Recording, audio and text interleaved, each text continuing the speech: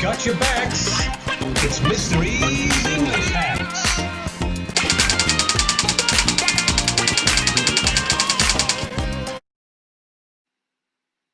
Bloomin' English teachers, always reading too much into things. Why can't somebody just open a window in a book? Why do they have to be, I don't know, opening their mind to a whole range of new possibilities or something? Ridiculous. In this English hack, we're going to be looking at something called inference. It's all about reading between the lines, looking at the clues that a writer is trying to leave in a text. It doesn't matter if it's fiction or non-fiction, understanding these clues is absolutely essential to understanding the messages that the writer's trying to get across. Inference, then, is what writers suggest through their writing, rather than say outright. Often, it's defined as filling in the gaps or reading in between the lines. Here's a more formal definition. Readers infer and writers imply, and there are some key ways in which writers can imply. Through facts, through opinions, and through emotions. This is from London Labour and the London Poor by Henry Mayhew, and it was written in 1851. The poor child, although the weather was severe, was dressed in a thin cotton gown with a threadbare shawl wrapped around her shoulders. She wore no coverings to her head, and the long rusty hair stood out in all directions. When she walked, she shuffled along, for fear that the large carpet slippers that served her for shoes should slip off her feet.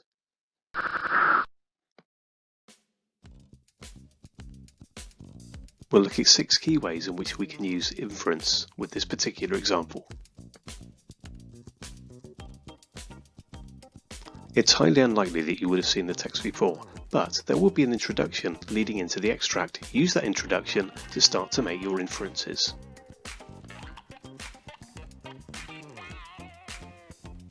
One of the first things you can make inferences from is your title. In this case, London Labour and the London Poor.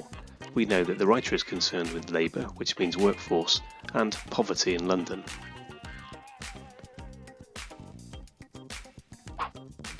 One of the key ways we can make inferences is through clues in the text. Have a look at this first example. We can tell from this that it's probably set during the winter, and also that the child does not have adequate clothing for that particular season. In the second example, we can see that the child is not cared for. We can infer this from the fact that her hair stood out in all directions. In the final example, we can see that she only has the carpet slippers for shoes. She doesn't have any alternative.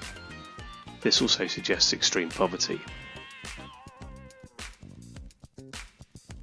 Connotations means associations that we as the reader make with certain words or phrases that the writer puts down on paper.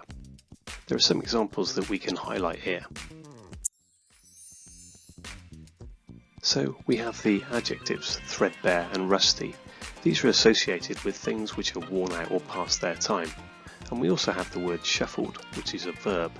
This suggests somebody again who is old and moving slowly. So the connotations are that the child is prematurely aged and is also tired or worn out. We can also use our own experiences to infer things from a text. In these 2 examples, these are things which hopefully we're not experiencing ourselves, therefore we can see that this child in the extract is in a much worse position than we are.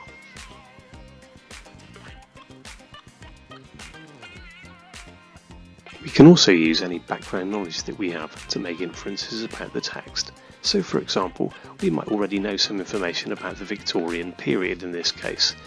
Perhaps we visited London before, or perhaps we even lived there. We might know something about some of the characters that are in the text, and perhaps we've got some information to hand about the writer as well. All of this can help make inferences. We can also apply these skills to fiction, in this case an extract from a story called The Unvanishing Boy. Arriving at school, he always made sure that he was one of the earlier ones. If he was first to get to the little bench near reception, he could occupy the whole thing. With rucksack and kit bag claiming the remaining space, he sat with his head deep in a game on his mobile to block out interferers, and there was usually some similarly accommodating corner to get lost in at breaks and lunchtimes, if the bench had been taken. So let's return to our 6 methods of inference. How could you use these with the fiction extract? Let's give you a couple of examples. In terms of clues in the text, we could take the phrase "to block out interferers." Although the writer doesn't say explicitly that the boy in the extract wants to be on his own, this phrase certainly suggests that. Similarly, in terms of your own experience, you could look at your associations of school to help you understand what the writer might be suggesting about the boy in his school. So inference is about using those clues that are within the text, but also around the text to help you understand what the writer is getting at.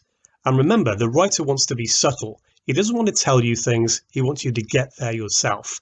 This makes the job of a writer tricky, but it makes the writing more powerful. Why not subscribe to my channel for more fantastic English hacks?